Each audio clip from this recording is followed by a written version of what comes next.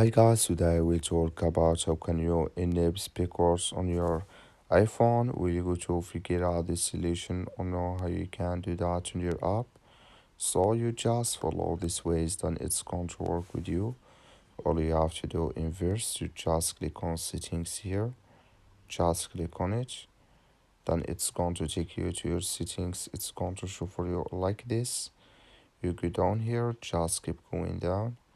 So then you click here on accessibility here, just click on it. Then it's going to take you to next step here. It's going to show for you like this here. So then you click here on spoken content, just click on it here.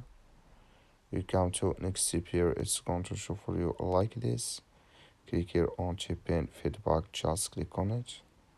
You come to next step here. It's going to show for you like this. You come here to speak words, click in this sign. Like you see, this color show for us, that means big words enable with us now. That's all you have to do. That's all. Thank you for watching. Don't forget to support us by liking, subscribe.